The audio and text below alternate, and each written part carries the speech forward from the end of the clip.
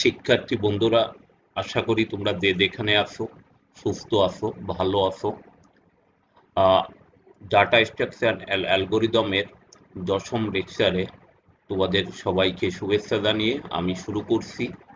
Mohammad Sakhawat Hossain, chief instructor computer, Khulna polytechnic institute, Khulna. আজকে আমরা যে অধ্যায়ের পরে আলোচনা করব সেটা হচ্ছে সার্চিং চ্যাপ্টার। তোমাদের বইয়ের সিলেবাস অনুযায়ী এটা অষ্টম চ্যাপ্টার। তাহলে আমাদের প্রথমেই শুরু করা যাক যে সার্চিং কি।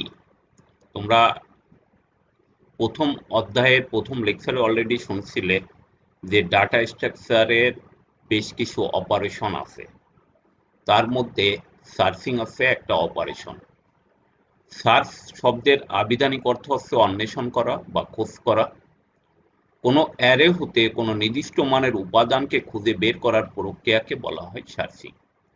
অর্থাৎ কোনো অ্যারে বা ডাটা স্ট্রাকচার ও বলতে পারো, তার থেকে কোনো নির্দিষ্ট মানের, অর্থাৎ আমরা কোনো একটা ভ্যালু যদি দিই, এই ভ্যালুটা অর্থাৎ কোনো একটা ভ্যালুকে খুঁজে বের করার যে প্রক্রিয়াকে বলা হয় হচ্ছে সার্চিং। ডাটা স্ট্রাকচারে বিভিন্ন ধরনের সার্চিং বিদ্যমান, যেমন linear search, binary search, hashing, BFS এবং ডিএফএস ইত্যাদি।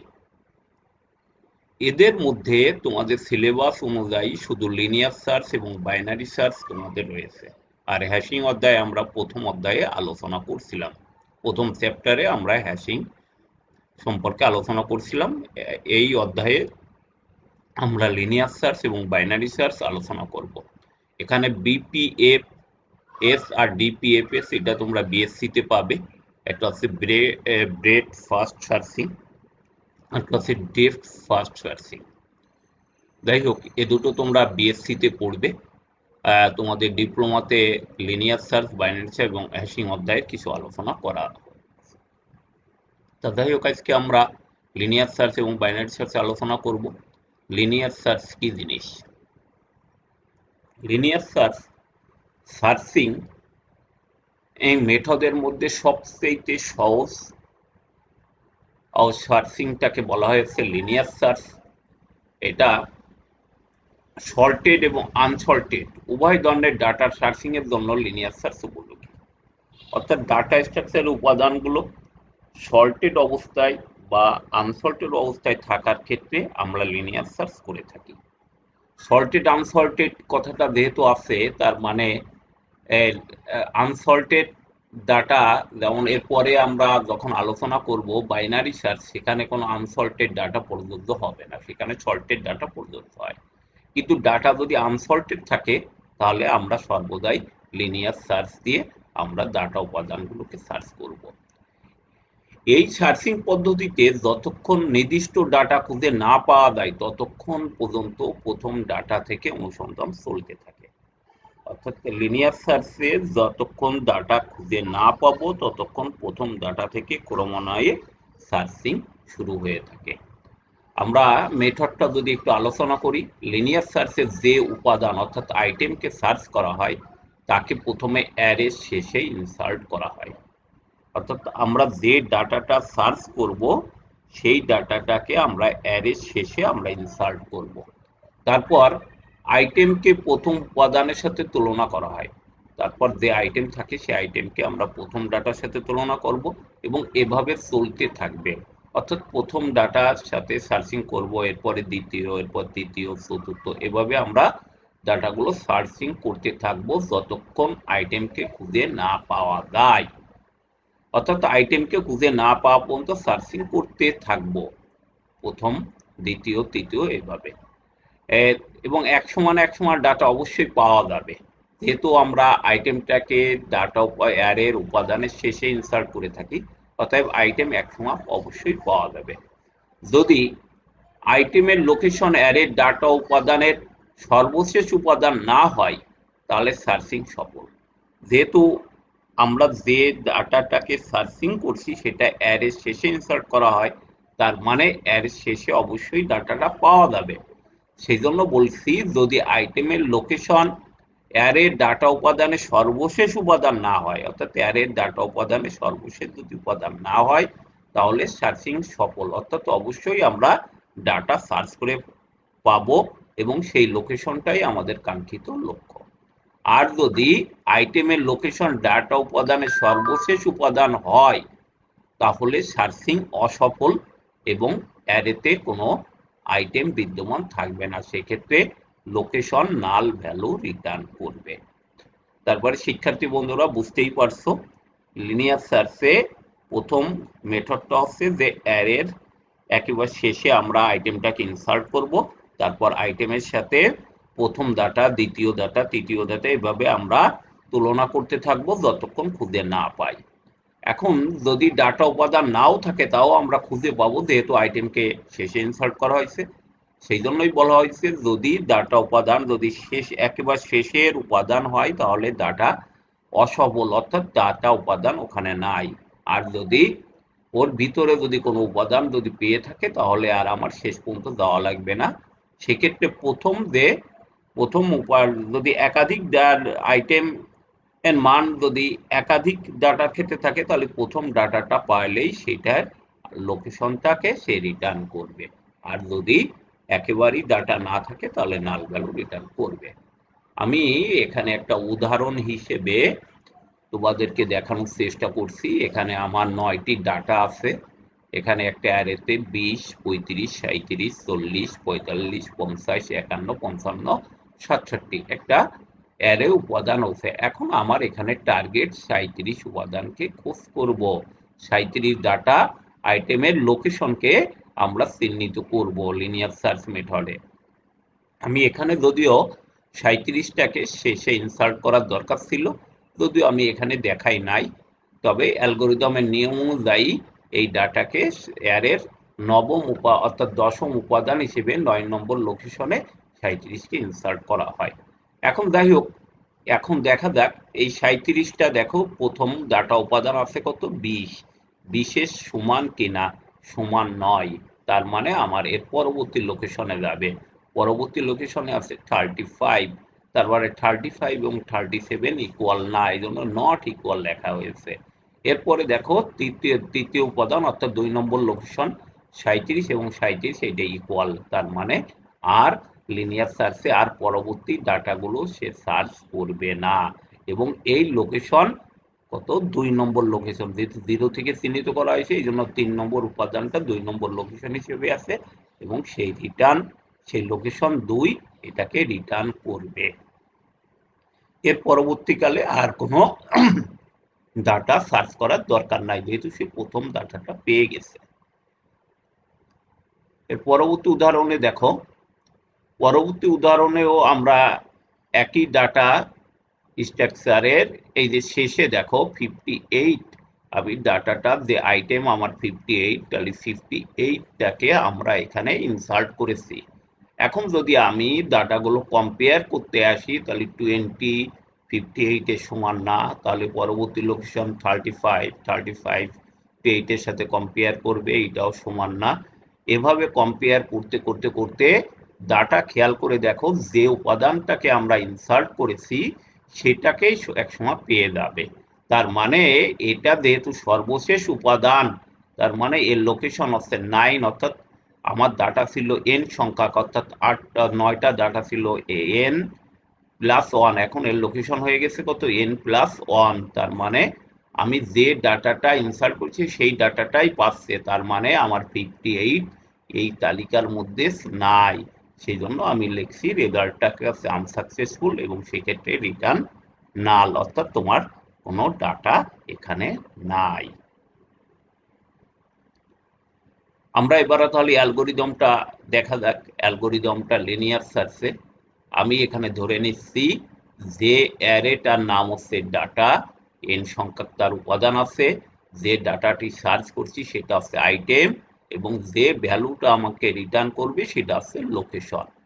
আমরা মেথডে আগেই বলছিলাম শুরুতে আমার ডাটা অ্যারে উপাদানের শেষে আমি ডাটাটাকে ইনসার্ট করব, এখানে সেটাই করে আসছে, যেহেতু n সংখ্যক উপাদান তাহলে এর শেষে n+1 লোকেশন নামক ইন্ডেক্সে আমি আইটেমকে এখানে ইনসার্ট করছি এবং অ্যালগোরিদম অনুযায়ী শুরুতেই লোকেশন আমি অন দিয়ে রাখছি।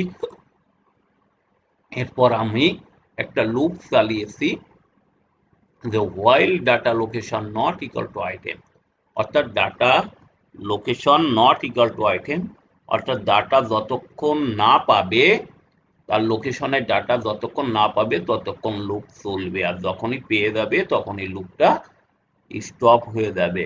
তাহলে প্রথমে আমি এইভাবেই দেখছি যে ডাটা যেহেতু লোকেশন প্রথমে ওয়ান আছে, তার মানে ডাটা ওয়ান অর্থাৎ অ্যারের প্রথম উপাদান আইটেমের সমান কিনা। যদি আইটেমের সমান হয় তাহলে আর লুপ চলবে না, যদি সমান না হয় তাহলে কন্ডিশন সত্য, সেক্ষেত্রে এই লুপটা আবার চলবে এবং সেক্ষেত্রে লোকেশনের মান 1 করে বাড়বে। অর্থাৎ লোকেশন আগে ছিল 1, এখন হয়ে যাবে 1 যোগ 1 ইকুয়াল টু 2। তার মানে ডাটা 2 নম্বর লোকেশন এখন আইটেমের সমান কিনা। যেহেতু ডাটা লোকেশনটা সমান নয়, এইভাবে লুপ চলতে থাকবে। আর যদি কখনো আইটেম আর ডাটা লোকেশনের সমান হয়ে যায় তাহলে লুপটা হয়ে যাবে আনসাকসেসফুল, অর্থাৎ লুপ থেকে বেরিয়ে চলে আসবে। তাহলে এর পরবর্তীকালে একসময় যেহেতু ডাটাটা আইটেমটাকে আমরা ইনসার্ট করেছি ডাটা উপাদানের শেষে, অতএব এই কন্ডিশন একসময় অবশ্যই ফেল করবে। সেক্ষেত্রে ফেল করলে সেই কাঙ্ক্ষিত লোকেশনটাই আমার কাঙ্ক্ষিত লক্ষ্য হবে। সেই জন্য আমি আবার কন্ডিশন দিছি ইফ লক ইকুয়াল টু না n প্লাস ওয়ান, অর্থাৎ লোকেশন যদি n প্লাস ওয়ান হয় তাহলে লোকেশন 0 এবং সেটাকে রিটার্ন করবে।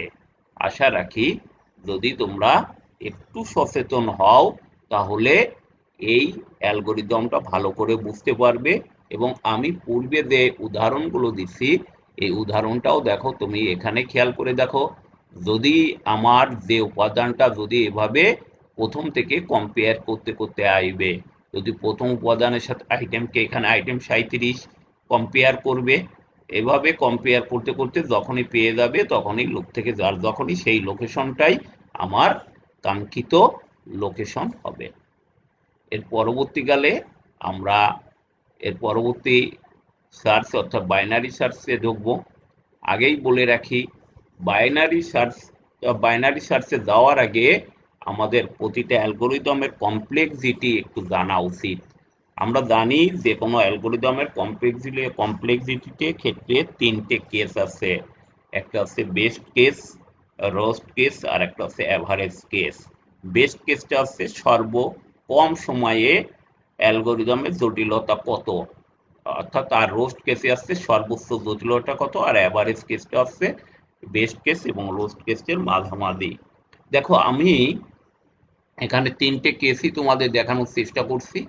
বেস্ট কেসটা কি, যদি নির্দিষ্ট আইটেমটা যদি ডাটা নামক অ্যারের প্রথম উপাদান হয়, অর্থাৎ প্রথম উপাদান যদি হয় তাহলে আমার একবার তুলনা করার প্রয়োজন, আমার একাধিকবার তুলনা করার প্রয়োজন নয়, যদি প্রথম উপাদান হয় এটাই বেস্ট কেস। সেক্ষেত্রে লিখছি যদি প্রথম উপাদান যদি n হয় তাহলে লিনিয়ার সার্চ অ্যালগরিদমের বেস্ট কেস কমপ্লেক্সিটি হবে f of n equal to 1, যেহেতু একবারের প্রয়োজন সেই জন্য বেস্ট কেসে এটা 1। আর যদি রোস্ট কেসটা হয় ডাটা উপাদানের শেষ উপাদান হয় এবং আইটেমটি যদি ডাটা অ্যারেতে অবস্থান না করে তাহলে সর্বোচ্চ সংখ্যক তুলনার প্রয়োজন হয়। সেক্ষেত্রে মোট উপাদান n হইলে রোস্ট কেস হবে n প্লাস 1, যেহেতু ডাটাটা ওখানে নাই তাহলে সেক্ষেত্রে আমার অ্যারের শুরু থেকে শেষ উপাদান পর্যন্ত সার্চ করা লাগে, শেষ উপাদান n, এবং যেহেতু আমরা ইনসার্ট করি তার পরবর্তী লোকেশনে সেই জন্য রোস্ট কেসের ক্ষেত্রে কমপ্লেক্সিটি আছে fn equal to n plus 1। আর অ্যাভারেজ কেসটা কি হবে, অ্যাভারেজ কেসটা দেখো এটা একটু কমপ্লিকেটেড। অ্যাভারেজ কেসের ক্ষেত্রে তুমি ডাটার উপাদান প্রথমে পেতে পারো, দ্বিতীয় লোকেশনে পেতে পারো, তৃতীয় লোকেশনে পেতে পারো, এমনকি শেষ লোকেশনও পেতে পারো। সেই জন্য তার এটা আগের দুটো কেসের মতো হবে না, একটু কমপ্লিকেটেড হবে। আমি ধরে নিচ্ছি ধরা যাক ডাটা কে এর মধ্যে আইটেম উপাদানটি থাকার প্রবাবিলিটি পি কে। তোমরা প্রবাবিলিটি থিওরি অলরেডি ম্যাথমেটিক্সে জেনেছো, সেটাই এখানে আমি তোমাদেরকে বলবো প্রবাবিলিটি পি কে এবং ডাটা উপাদান না থাকার প্রবাবিলিটি কিউ। তাহলে সেক্ষেত্রে তোমার কি হবে, সমস্ত জানো যে সমস্ত প্রবাবিলিটি যোগফল সর্বদা থাকে 1। সেই জন্য প্রথম উপাদানের ক্ষেত্রে সার্চিংটা হচ্ছে P1, দ্বিতীয়টার ক্ষেত্রে P2, P3 এভাবে Pn, এবং না থাকলে সেটা Q ইকুয়াল টু 1। এখন যেহেতু ডাটা কে এর মধ্যে আইটেম থাকলে অ্যালগোরিদম কে সংখ্যক তুলনা করে, অতএব গড় ক্ষেত্রে প্রথম উপাদানের ক্ষেত্রে 1 ইন্টু P1, দ্বিতীয় উপাদান ক্ষেত্রে 2 into P2 plus 3 into P3 এভাবে ডটদার n ইন্টু Pk, আর শেষ লোকেশন হবে n+1 ইন্টু কিউ। এখন কোনো নির্দিষ্ট আইটেমের ক্ষেত্রে কিউ এর মান খুবই ক্ষুদ্র হয়, অর্থাৎ যে কোনো কম্পিউটার যেহেতু ফার্স্ট এই জন্য যে কোনো নির্দিষ্ট আইটেমের ক্ষেত্রে কিউ এর মান খুবই ক্ষুদ্র, এবং সেক্ষেত্রে কিউ এর মান থাকে 0, এবং প্রবাবিলিটি অর্থাৎ একটা প্রথম যদি পাই তাহলে 1/n, দ্বিতীয়বার ক্ষেত্রে 2/n এইভাবে পেয়ে থাকি, অর্থাৎ সেক্ষেত্রে প্রতিটির মানই সমান হয়ে থাকে, অর্থাৎ 1/n এর গুণিতক। সে অনুযায়ী এখন এই মানগুলো যদি আমি এখানে বসিয়ে দিই, তাহলে 1 into 2 1/n plus 2 into 1/n plus 3 into 1/n যোগ n ইন্টু 1/n এবং n+1 ইন্টু 0। যেহেতু নির্দিষ্ট উপাদান ক্ষেত্রে কিউ এর মান খুবই ক্ষুদ্র থাকে, এই জন্য একে আমরা 0 ধরছি। তাহলে এখানে আমি ম্যাথমেটিক্স অনুযায়ী 1/n যদি আমি কমন নিই, তাহলে 1 ইন্টু 2 প্লাস 3 এবার যোগ দরদার, আর এটার সূত্র হচ্ছে তোমরা আগেই জানো n ইন্টু n+1/2 ইন্টু 1। এখানে n কাটাকাটি হয়ে গেলে থাকে n+1/2। অতএব কি দেখতে পেলে, অ্যাভারেজ কেসে আইটেমের অবস্থান নির্ণয় করতে এর যে অ্যাভারেজ কেস কমপ্লেক্সিটি অ্যারে উপাদানের অর্ধেক হয়ে থাকে। এটাই হচ্ছে তোমার লিনিয়ার সার্চের অ্যাভারেজ কেসের জটিলতা, এবং তোমরা এটা পরীক্ষার জন্য তোমাদের খুবই ইম্পর্টেন্ট। পরীক্ষায় অ্যাভারেজ কেসে তোমাদের এটা দেখাই দিতে হতে পারে, পরীক্ষায় অনেক সময় পড়ে থাকে। যাই হোক, আমরা এখন দ্বিতীয় সার্চিং এ যাব, অর্থাৎ বাইনারি সার্চের ক্ষেত্রে। আমি আগেই বলছি বাইনারি সার্চের ক্ষেত্রে একটাই অসুবিধা, সেটা হচ্ছে বাইনারি সার্চের ক্ষেত্রে ডাটাগুলোকে অবশ্যই সর্টেড অবস্থায় থাকতে হবে। আনসর্টেড ডাটার ক্ষেত্রে কখনোই বাইনারি সার্চ প্রযোজ্য হবে না। এটা অবশ্যই তোমরা মাথায় রাখবা। পরীক্ষা অনেক সময় থাকে যে বাইনারি সার্চের সীমাবদ্ধতা বা অসুবিধাটা কি। এটাই এর মূল অসুবিধা, যে এটার ক্ষেত্রে ডাটাগুলোকে অবশ্যই সর্টেড অবস্থায় থাকতে হবে। আর সুবিধাটা কি, বাইনারি সার্চের টোটাল অ্যারেটাকে 2 ভাগে বিভক্ত করা হয়। 2 ভাগে বিভক্ত করে মধ্যবর্তী যে মানটা সেইটার সাথে কাঙ্ক্ষিত ডাটার তুলনা করা হয়। যদি পাওয়া গেলে ভালো, না পাওয়া গেলে পুনরায় মিনিমাম অংশটাকে বিভাজন পদ্ধতিতে আবার অনুসন্ধান করা হয়। যতক্ষণ ডাটা না পাওয়া যায় ততক্ষণ বিভাজন চলতে থাকে। অর্থাৎ আমি যদি আরো একটু সহজ করে বলি, এক্ষেত্রে পুরো অ্যারেটাকে 2 ভাগ করা হয়। 2 ভাগ করে তার যে মিডিল মানটা নির্ণয় করা হয়, এবং সেই মিডিল মানটা আমার আইটেমের সাথে তুলনা করা হয়। যদি তুলনা করে আইটেমের সমান হয় তাহলে আমার ওটাই হচ্ছে তার লোকেশন। আর যদি মিডিল মানের চেয়ে যদি ডাটা উপাদান বড় হয় তাহলে আমার প্রথম যে লোয়ার মানটা পরিবর্তন হয়ে যায় এবং সেটা মিডিল+1 হবে। আর যদি ডাটা উপাদান যদি মিডিলের চেয়ে যদি ছোট হয় তাহলে আমার হচ্ছে লাস্ট মান, অর্থাৎ শেষের যে অ্যারে ইন্ডেক্সের মানটাকে মিডিলের থেকে 1 কমিয়ে ওখানে রাখা হয়। তাহলে সেক্ষেত্রে দেখা যায় যে টোটাল অ্যারেটার একটা পার্ট বাদ হয়ে যায় এবং একটা মিনিমাম একটা অংশ বিদ্যমান থাকে। সেই মিনিমাম অংশটাকে বারবার বিভাজন প্রক্রিয়া করা হয় যতক্ষণ পর্যন্ত না আমি ডাটা খুঁজে না পাবো। আমি এটা একটা উদাহরণ হিসেবে দেখালে তোমরা অবশ্যই ক্লিয়ার হবে। খেয়াল করে দেখো, আমি এখানে সেই একই উদাহরণ দিয়ে দেখানোর চেষ্টা করছি। এখানে আমার 9টি ডাটা আছে, আমার টার্গেট 37। তাহলে এক্ষেত্রে দেখো তোমার অ্যারেটার আর একটা মিনিমাম ভ্যালু আছে, একটা ম্যাক্সিমাম ভ্যালু আছে। অর্থাৎ এরপরে দেখো পরের স্লাইডে আমার ফার্স্ট অর্থাৎ লো এর মান হচ্ছে 0 আর হাই এর মানটা হচ্ছে 8, তাহলে আমার মিডিল বের করতে হবে এই সূত্র অনুসারে লো প্লাস হাই ভাগ 2, অর্থাৎ 0 যোগ 8 ভাগ 2 ইকুয়াল টু 4, তার মানে মিডিল এর মান 4, এবং দেখো এখানে মিডিলটা দেখানো হয়েছে 4, আর ফার্স্টে আছে 0, লাস্টে আছে 8। এখন যদি আমার এই মিডিলের যে ডাটা উপাদান 45 সেইটা আমার কাঙ্ক্ষিত লক্ষ্য 37-এর সাথে তুলনা করা হবে, যদি এটা সমান হয় তাহলে রিটার্ন করবে এই মিডিল ইন্ডেক্সটা, আর যদি 37 যদি মিডিলের চাইতে ছোট হয় তাহলে এই লাস্ট এই ভ্যালুটা চলে আসবে মিডিল -1, অর্থাৎ এইখানে। সেক্ষেত্রে আমার এই 45 থেকে 37 এই অ্যারেটুকু আর আমার দরকার থাকবে না, সেক্ষেত্রে আমার 20 থেকে 40 এই ডাটা উপাদান থেকে যাবে। আর যদি 37 যদি ডাটা উপাদান যদি বড় হয় তাহলে এই লোর মানটা পরিবর্তিত হয়ে চলে আসবে এই পঞ্চম ইন্ডেক্সে, অর্থাৎ লো এ মিডিল +1। সেক্ষেত্রে আমার এই 20 থেকে 45 পর্যন্ত এই ডাটাটা আর বিদ্যমান থাকবে না, আমার 50 থেকে 67 এই ডাটা উপাদানগুলো আমার চলে আসবে। এজন্য আমরা এই ক্ষেত্রে এই বাইনারি সার্চে এটাই সুবিধা যে আমার যে পুরো ডাটা এটাকে আমরা বিভক্ত করে ফেলতে পারি দুই ভাগে। তাহলে এই ক্ষেত্রে খেয়াল করে দেখো, এক্ষেত্রে নিশ্চয়ই তোমার মিডিল ইন্ডেক্স 45 এটা নিশ্চয়ই 37-এর সমান নয়, তাহলে সেই ক্ষেত্রে আমার এই এর পরবর্তী কন্ডিশন দেখতে হবে 37 অ্যারে মিডের চেয়ে বড় কিনা। নিশ্চয়ই অ্যারে মিডে আছে তোমার হচ্ছে 45, নিশ্চয়ই এটা 37 থেকে বড় নয়, তার মানে আমার ডাটা এদিকে আর যাবে না, তার মানে এইটুকু আমার আর অ্যারে তুলনা করার প্রয়োজন হবে না, তাহলে অবশ্যই এটা মিডিল থেকে ছোট, তার মানে আমার এই লাস্ট ভ্যালুটা এখন চলে আসবে মিডিল -1, অর্থাৎ 40 অর্থাৎ 3 নম্বর ইন্ডেক্সে।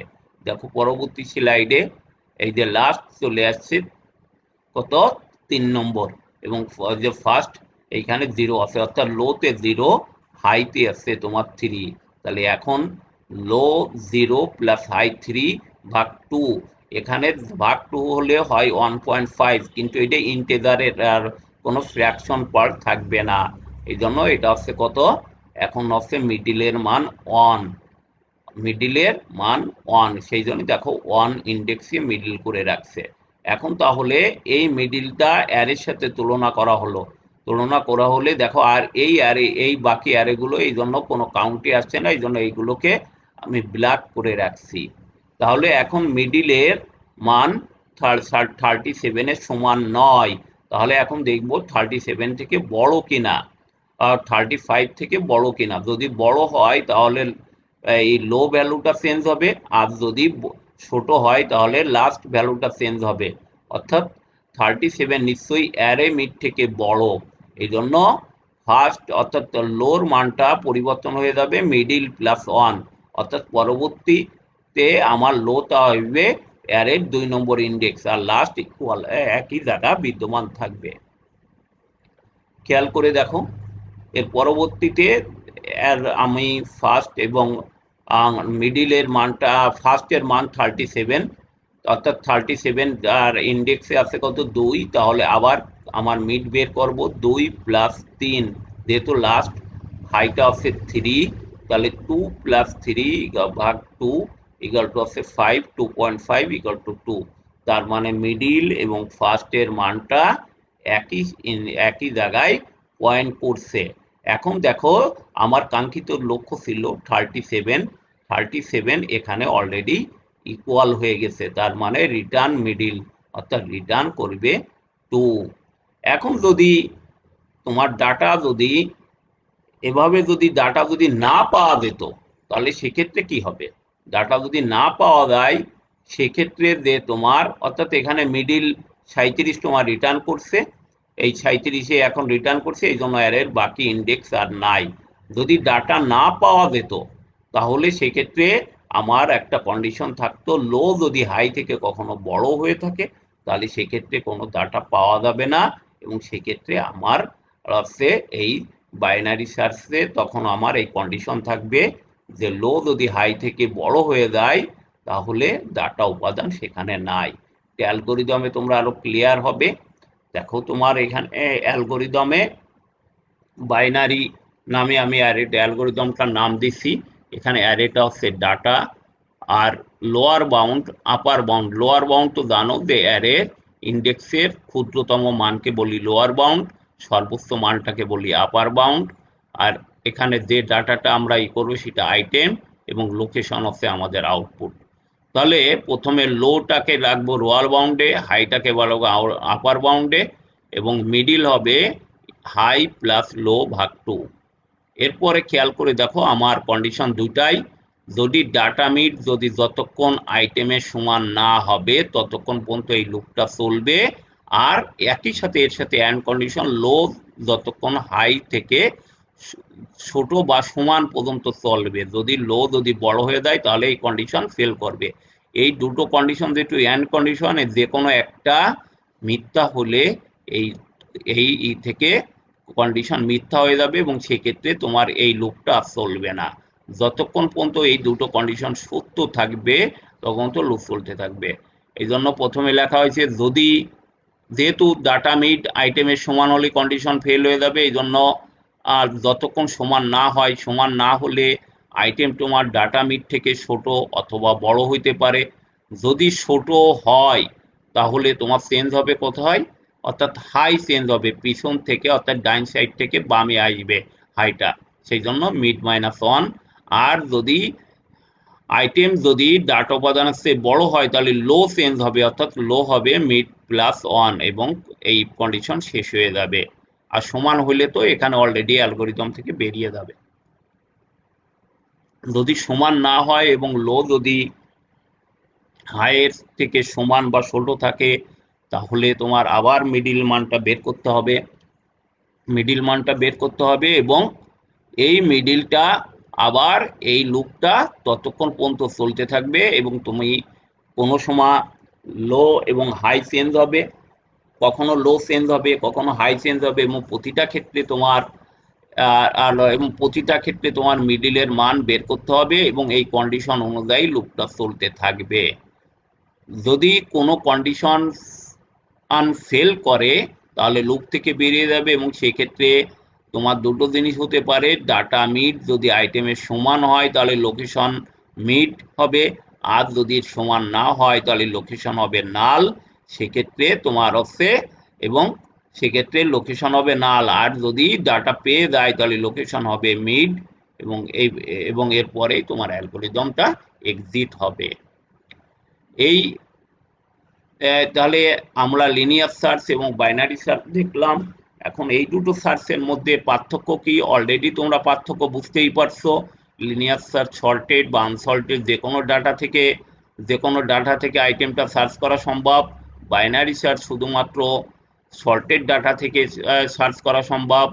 এখানে ডাটা একদিক থেকে পর্যায়ক্রমে ডাটা তুলনা করা হয়, আর এখানে সমগ্র ডাটাকে দুই ভাগ করে ঠিক মাঝখান থেকে ডাটা তুলনা শুরু করে, এবং এর রোস্ট কেস, এর সর্বোচ্চ রোস্ট কেস হচ্ছে n+1, আর এর রোস্ট কেস হচ্ছে log2 বেজ n+1, কারণ এখানে ডাটাটাকে দুই ভাগ করে করা হয়, আবার সেই প্রতিটা ভাগকে আবার দুই ভাগ করা হয়, সেই জন্য এটার কমপ্লেক্সিটি log2n। অর্থাৎ যদি তুমি ডাটা সার্চ করো তাহলে বাইনারি সার্চে খুব দ্রুতই তুমি ডাটা পেয়ে যাবা, তবে এক্ষেত্রে সমস্যা একটাই, উপাদানগুলোকে অবশ্যই সর্টেড অবস্থায় করতে হবে, এবং আমরা সামনের লেকচারে সর্টেড অধ্যায়টা আলোচনা করব। এর অ্যাভারেজ কেসের কমপ্লেক্সিটি আসছে n+1/2, যেটা অলরেডি দেখছো, আর এর রোস্ট কেসের অ্যাভারেজ কেস এবং রোস্ট কেস একই থাকে।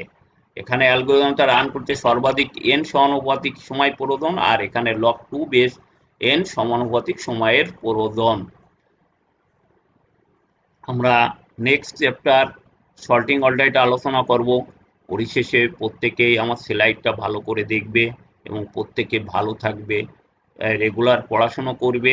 তোমাদের এর পরবর্তীকালে যে কোনো টাইমেই ক্লাস শুরু হলেই তোমাদের পরীক্ষা শুরু হয়ে যাবে, সেই জন্য তোমরা প্রত্যেকেই পড়াশুনো করবে, ভালো থাকবে এবং স্বাস্থ্য সম্পর্কে নিজেরা সচেতন থাকবে। এবং স্বাস্থ্যবিধি মেনে চলবে। যাই হোক, আজকে তোমাদের থেকে বিদায় নিচ্ছি। যদি জীবিত থাকি তাহলে আবার সামনের সপ্তাহে তোমাদের সাথে দেখা হবে এই অনলাইন লাইভ ক্লাসে। প্রত্যেককে ধন্যবাদ।